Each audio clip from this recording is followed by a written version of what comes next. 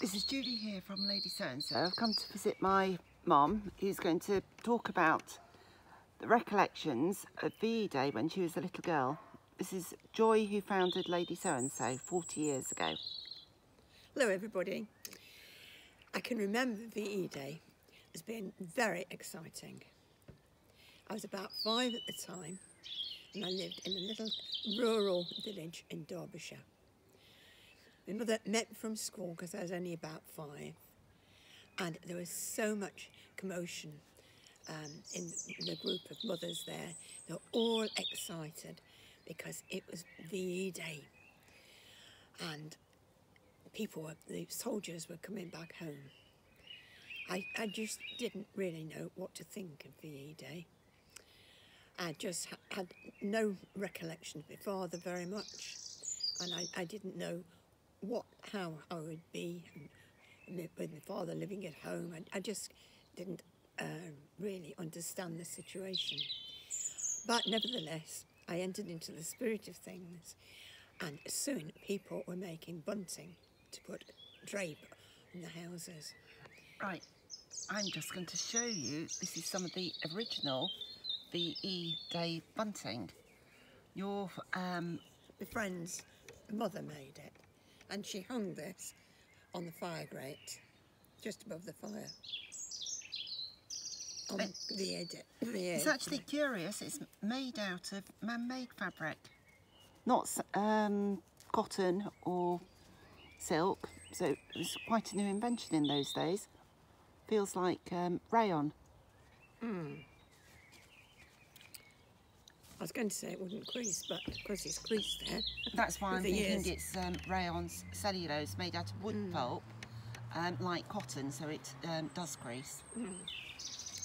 Anyway, soon the bunting was going up in the streets, and we had posters up, welcome home, and we're preparing for VE Day. We had street parties planned, trestle tables all along the streets. Did you have tablecloths? Yes, special tablecloths with Union Jacks. We had Union Jacks, little flags in glasses as table decorations as well, which was quite quaint. And then in the evening we went to a dance. Now there was Nestle's factory where we lived, and the packing people the farmers took the churns of milk in a horse and cart to the dock at Nestle's. It was unloaded and the milk was processed into condensed milk, tinned, and it was put in cartons and sent mainly to the forces during the war. Trains would come at night and load it into the carriages. Anyway, in the packing room, where I saw about 26 women packing by day, had been transformed. It was just prepared for a dance floor, and there were boxes all the way around the walls, so that people could just sit there because they hadn't got enough chairs, and there was a gramophone blaring out all the old-fashioned tunes. Anyway, we had this street party, which was very exciting, and I went with my little friend Ruth, who was the same age really, and we were so excited about going to the dance in the evening. You were 5? Yes. Neither of us knew how to dance, but we just looked at the steps and we thought, right, we could do it. So we joined onto the dance floor, and we were doing the barn dance, which really is very easy. And then it was a progressive barn dance, and we progressed to other partners all the way around the room and met everybody. It was really ever so exciting. And then the next one was the Okie, and we were able to join in that because we watched how they did it, and then it was a real celebration. Very soon after that, the people in the forces started coming home. So that the men weren't actually at the dance and the party? No, because they had to travel back on the boats and etc. And it took time to get them all demobbed. And my father came home just after VE Day, before VJ Day. But I'll always remember the celebrations for VE Day, and always the American soldiers having them living during the war in the village. We had an ammunition factory where the women worked underground. And you said that my grandmother, your mother, used to have lots of strange men staying at the house. They did. Because my father would go to the public house. No, your grandfather. My grandfather, sorry, would go to the public house at night time for the social life. He got all his pals there. And there'd be American soldiers, nowhere to sleep at night. So my grandfather said, don't worry, we've got a settee in the sitting room at home. You can come and sleep on that if you want to. And we never knew how many people were sleeping in our sitting room. Well, there was only one settee there, so it'd probably be just the odd one or two. But we just didn't know who would be there. And we'd get up in the morning and just go to the sitting room, and we'd see them. Sometimes they'd be asleep, and then we'd sort of tiptoe around. What else? Right. What do you want to know? Right. I thought that we could show everyone this that your father, my grandpa, made during the war. That's right.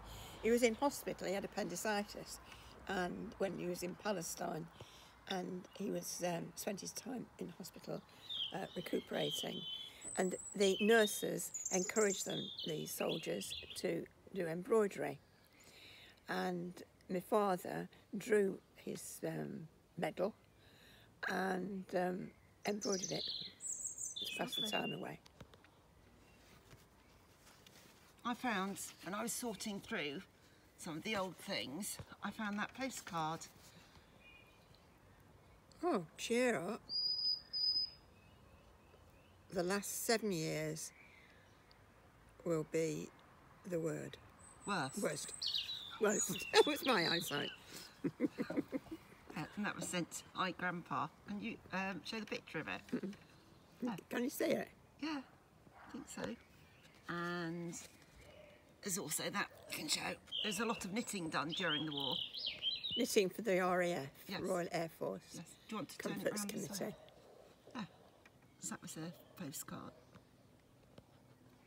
And I found this. This isn't actually an original ration book. No, I can remember those. The adults were this fawn colour and the children's were blue, and the below fives were green. Mm-hmm. So you had a green one. No, I had a blue one, didn't I? Being 5 to 6. Well, at the beginning of the war. I was proud of a blue book. Were you? Mm. What else have I got? That's a knitting book from the war.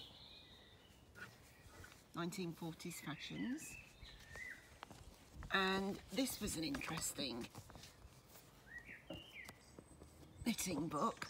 They gave all the designs different. You can read out some of the titles. Mm-hmm.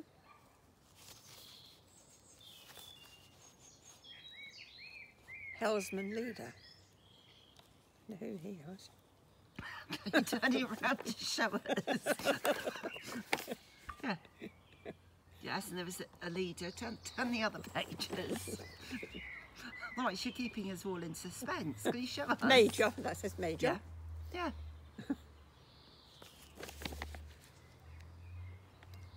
Survivor. This is a survivor. I'd knit that one up, I think. Yeah. So it's interesting, isn't it? Yeah. Instructor. So at the moment, to keep yourself busy, you're doing some knitting, aren't you? Mm.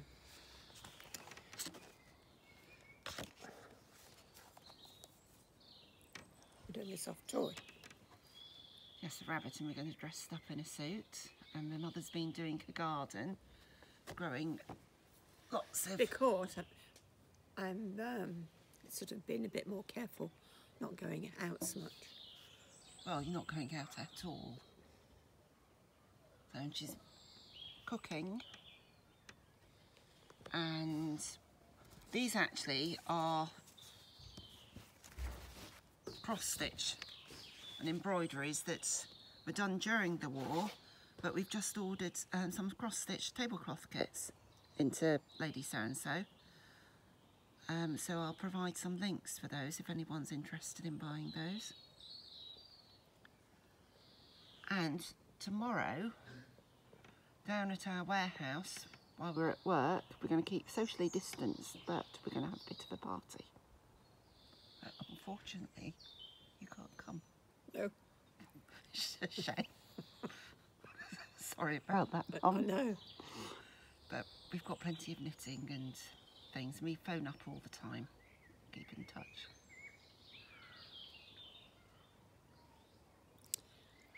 That's okay. About it, isn't it? Yeah, till we meet again. Yes. Okay. Bye. Bye.